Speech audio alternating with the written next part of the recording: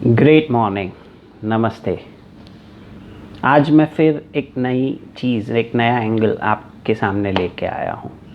Y parenting, why a guru is needed in our life. एक बहुत अच्छा एग्जाम्पल है जो मैंने मैक्सिमम मेरे ट्रेनिंग्स में, मेरे सेशन में शेयर किया है। ना आई ऑलवेज डू दिस, एक आप ये समझने के लिए और मज़ा आएगी आपको अगर आप आपकी आंखें बंद कर देंगे और आंखें बंद करके मैं जो कहना चाहता हूँ, मैं जो आपसे कहूँगा वो आप समझेंगे तो यू विल रियली एन्जॉय और ये चीज़ को बहुत अच्छी तरह से आप समझ सकते हो।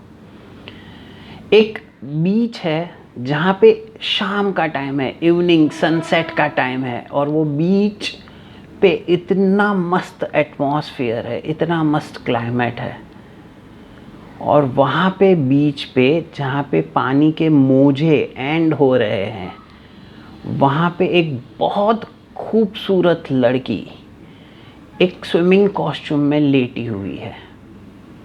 ये सबको दिखता है, लेकिन जब वो चीज़ थी, ये सिचुएशन थी, ये सिनेरियो था, same climate, same atmosphere, sunset का ब्यूटीफुल ब्यूटीफुल ब्यूटीफुल ब्यूटीफुल, तभी एक यंग लड़कों का ग्रुप वहाँ से पास होता है और वो लोग ये चीज़ को देखते हैं। उनके मन में जो विचार आते हैं और वो एक दूसरे के साथ जो बात करने लगते हैं वो कुछ इस प्रकार से थी कि wow, I made my day today. आज मैं यहाँ पे आ गया, कॉलेज बंक करके आया, क्लासेस बंक करके आया, वाओ क्या मस्त है। अगर मेरी गर्लफ्रेंड ऐसी हो, मेरी फ्रेंड ऐसी हो, तो मुझे और कुछ चाहिए ही नहीं। और क्या मैं मांगूंगा लाइफ से? Everything is done.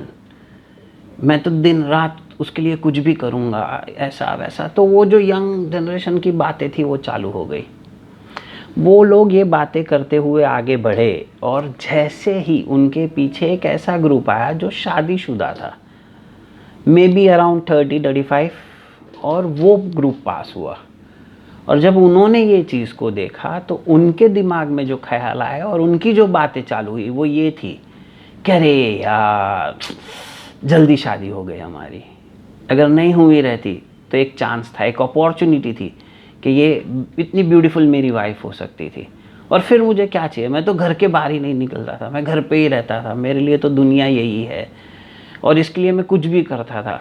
मैं इसके लिए ये कर सकता हूँ, वो कर सकता हूँ, और मेरी तो लाइफ बन गई, मेरी लाइफ झिंगालाला हो गई। It was something like that. वो ग्रुप के बीच में वो ग्रुप ये बातें करते हुए पास होता है और उसके पीछे एक सीनियर सिटीजन का ग्रुप आता है जो भी चलता हुआ वो ये चीज़ को देखता है।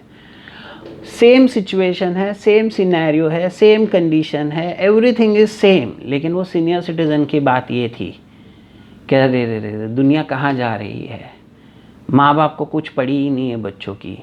अगर बच्चे ऐसे बिहेव करेंगे तो रेप हो रहा है, ये हो रहा है, वो हो रहा है, तो क्या इसमें किसकी गलती? कौन दोषी है? ये लोग ही दोषी है। कौन समझाएगा? और ये सीनियर सिटीजन का ग्रुप ये बातें करते हुए आगे निकल गया। उसके बाद एक पीछे एक संत आए, एक महात्मा आए, जिन्होंने ये चीज़ को देखा। उन्होंने देखते एक स्टेप और आगे लिया कि वो लड़की के तरफ चलने लगे। अभी जैसे ही वो चलने लगे तो ये जो तीनों ग्रुप वहाँ से पास हुए थे, उनके दिमाग में दूसरे ख्याल आ गए। See, situation is the same, scenario is the same, condition is the same, लेकिन वो तीनों के ग्रुप में डिफरेंट थॉट आया। और वो ये था कि अरे, हमने ये डेयरिंग नहीं की, लड़के लोग बोल रहे कि उसके तरफ जाने की, और ये साधु जा रहा है। वही शादीशुदा के दिमाग में ऐसा है कि इसको तो ये करना चाहिए, वो करना चाहिए, ये ऐसे कैसे कर सकता है। सीनियर सिटीजन के दिमाग में ये ख्याल आया कि अरे, एक साधु होके ये करेगा तो ये आगे हमें क्या ज्ञान देगा, हमें क्या सिखाएगा, हमारी जनरेशन को क्या सिखाएगा। एक स्टेप और आगे वो साधु वहाँ तक पहुँचा और वहाँ नीचे जाके बैठ गया उसके पास और वो लड़की का हाथ पकड़ लिया। तीनों ग्रुप की again the situation is same, condition is same, everything is same, लेकिन तीनों ग्रुप की बातें चेंज हो गई कि अरे, इसको तो मारना चाहिए, इसको तो निकाल देना चाहिए, इतना कैसे ये पाप भरा काम करता है, ये साधु है या कौन है। एंड एवरीथिंग वेंट, और सब लोग तीनों ग्रुप वो साधु के तरफ फास्ट चलने का स्टार्ट कर देते हैं। एंड सडन ऑफ, जो साधु ने एक जेस्चर किया, साधु ने उसके ऊपर जो पहना हुआ गमछा था, जो कपड़ा था, वो निकाला वाइट कलर का और वो लड़की पे बिछा दिया। एंड उन्होंने ये कन्वे किया कि शी इज़ डेड, वो मर गई है। और जैसे ही वो ग्रुप स्पीड में चल रहा था साधु के तरफ, वो तीनों ग्रुप थम गए।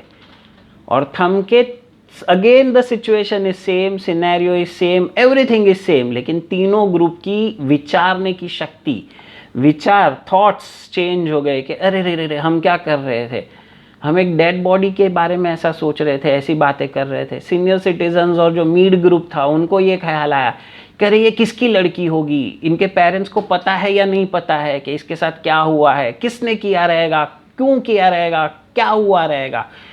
देखो दिस इज द थिंग कि सिनेरियो सेम है, सिचुएशन सेम है, कंडीशन सेम है, लेकिन हर एक की थॉट अलग हो रही है, हर एक टाइम टू टाइम, हर एक जेस्चर पे थॉट अलग हो रही है।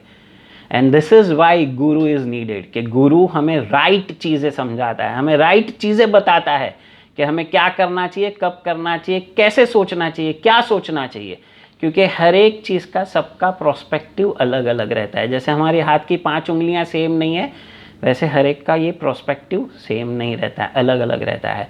और इसीलिए पेरेंटिंग भी ज़रूरी है, क्योंकि पेरेंटिंग, जब वो बच्चा छोटा रहता है तो उसके बड़े भाई, बड़े बहन, दूसरे रिलेटिव्स भी रहते हैं, पेरेंट्स भी रहते हैं और ग्रैंड पेरेंट्स भी रहते हैं। तो वो जब कुछ भी करता है तो हर एक का व्यू, हर एक का प्रोस्पेक्टिव अलग अलग है। लेकिन एक्चुअल कौन सा राइट है या उसे कैसे राइट वे से देखना चाहिए, उसे कैसे समझना चाहिए, ये हर एक इंसान के लिए इंपॉर्टेंट है। And that is for why parenting is important, a guru, a mentor is important in our life. Thanks for watching this video. I request please do share, like and comment on this video. Thank you. Namaste.